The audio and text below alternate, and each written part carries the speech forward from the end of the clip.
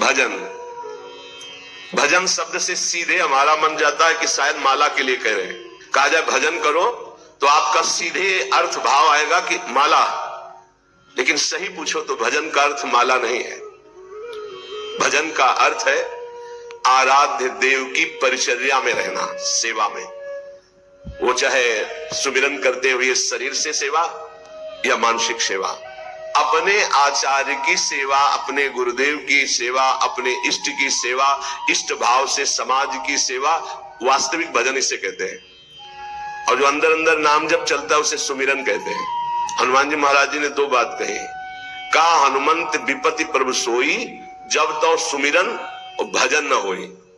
जब आपका सुमिरन नहीं हो रहा और भजन नहीं हो रहा, अगर नाम सुमिरन करना भजन से जोड़ा जाता तो दोष बार क्यों कहा सुमिरन और भजन। सुमिरन का मतलब है अंदर से भगवत चिंतन करना, और भजन का मतलब है अंतर और बाह्य दोनों से आराध्य देव की सेवा करना। संत सेवा, गुरुदेव सेवा, इष्ट सेवा, समाज सेवा, इसे भजन कहते हैं, ध्यान रखना। कई बार एकांतिक में यही कहा, अपने कर्तव्य का पालन करना ही भजन है। भज धातु सेवायाम, भज का तात्पर्य ही है सेवा। अगर गुरु सेवा, आचार्य सेवा, इष्ट सेवा, समाज सेवा नहीं है तो केवल माला चलाना भजन नहीं कहा जा सकता। भजन का एक अंग है सुमिरन।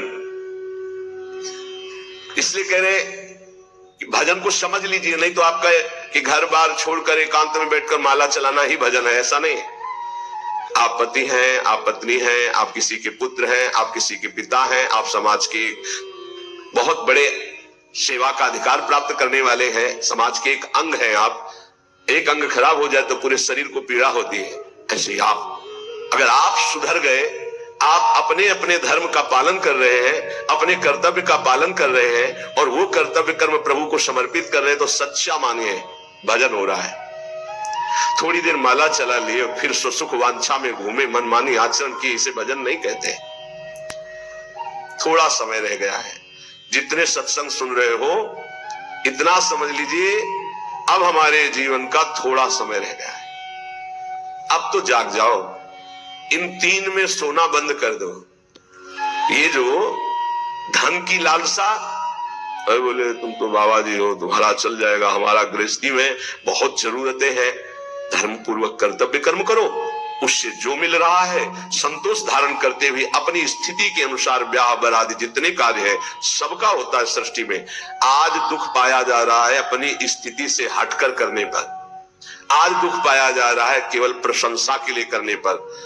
अगर आपकी स्थिति गरीबी की है तो आप किसी गरीब वर्ग को ढूंढिएगा, आपकी पुत्री सुखी रहेगी। ये भ्रम छोड़ दो कि थोड़ा हमसे बड़ा धनी हो, बहुत हानि हो जाएगी।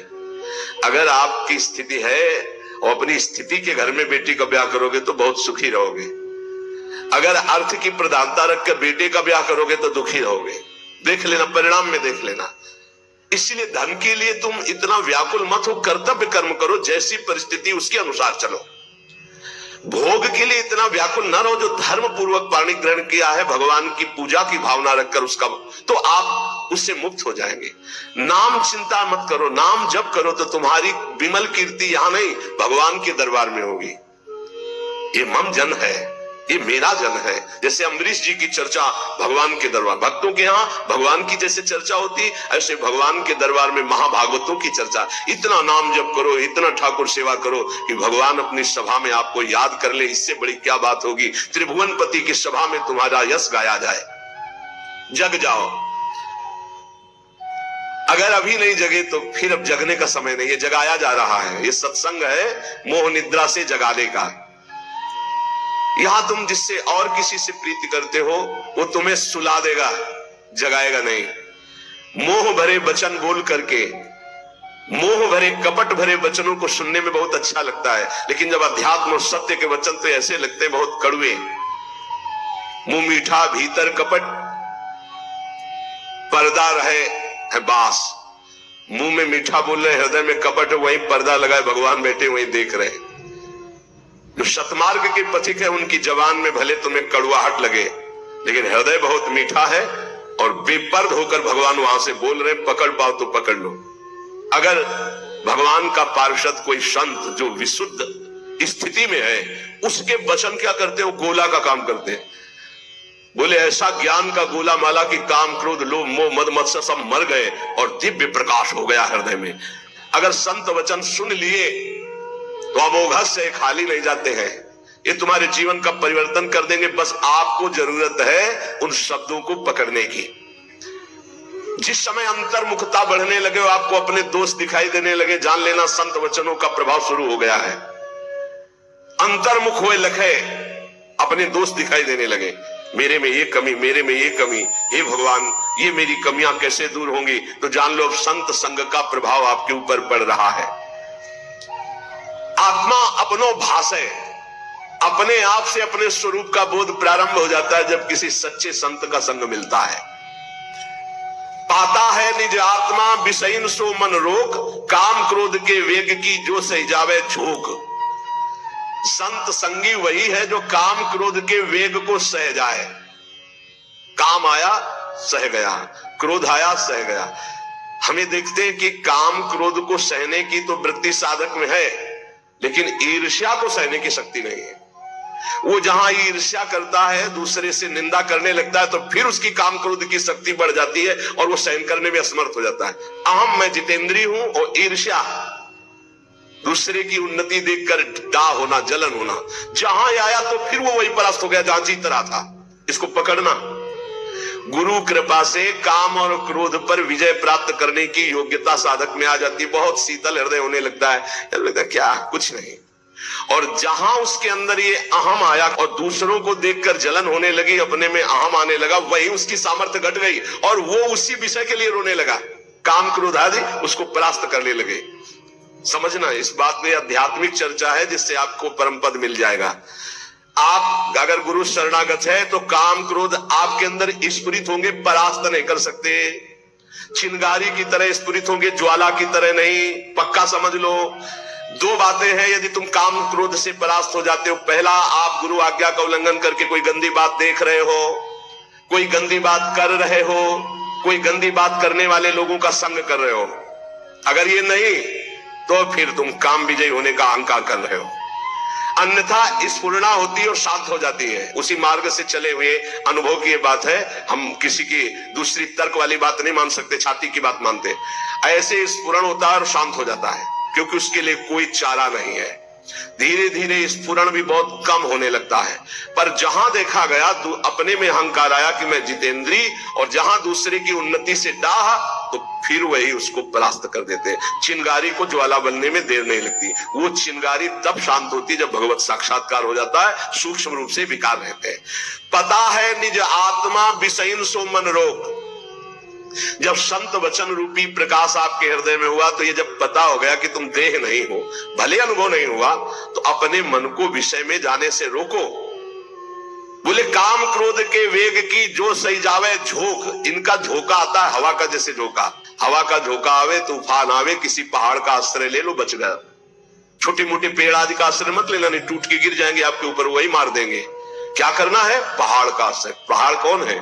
भगवान के प्रेमी महाभागवत जनों के वचन, या भगवान नाम, या भगवत लीला गुण कीर्तन। जहां कामादि दोषा में मजीरा उठाओ, राधा राधा राधा एक मत सुनो मन की, देख लो अभी साफ हो जाएगा गंदगी जो आई थी।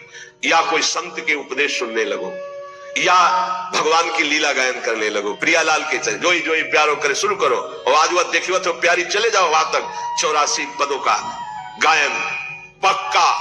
जब तुम्हें काम सतावे, चतुरासी जी का गायन शुरू कर देना, गायन। और अगर ना चला जाए तो हमसे बताना, निज अनुभव की बातें हैं। चतुरासी जी का फल ही है भवजल निधि को नाव, काम पावक को पानी। तो जो सही जावे झोंक या आंधी आती, जाएंगे टिकेंगे नहीं। आगमा पाइनो अनित्यास्तास्तितिक्षस्व भारत।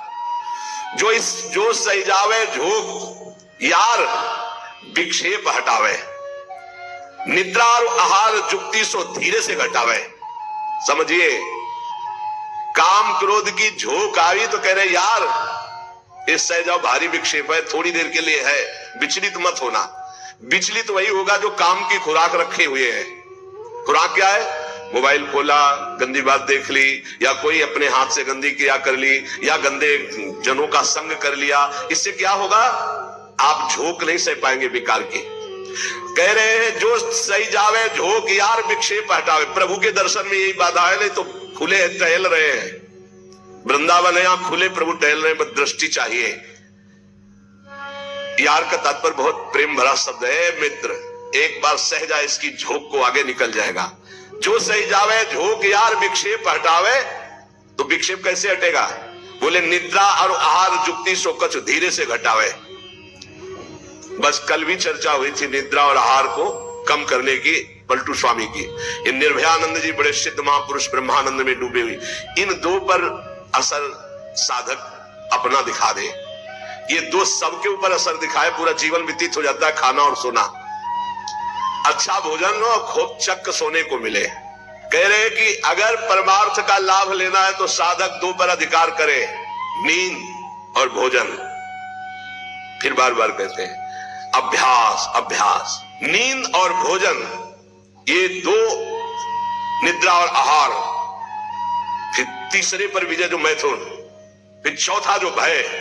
ये चार ऐसे दोष है पूरी सृष्टि को अपने अधीन किए हैं। निद्रा, भय, आहार, मैथुन, ये सब के सम जग उपजाए, सब इसी में फंसे हुए।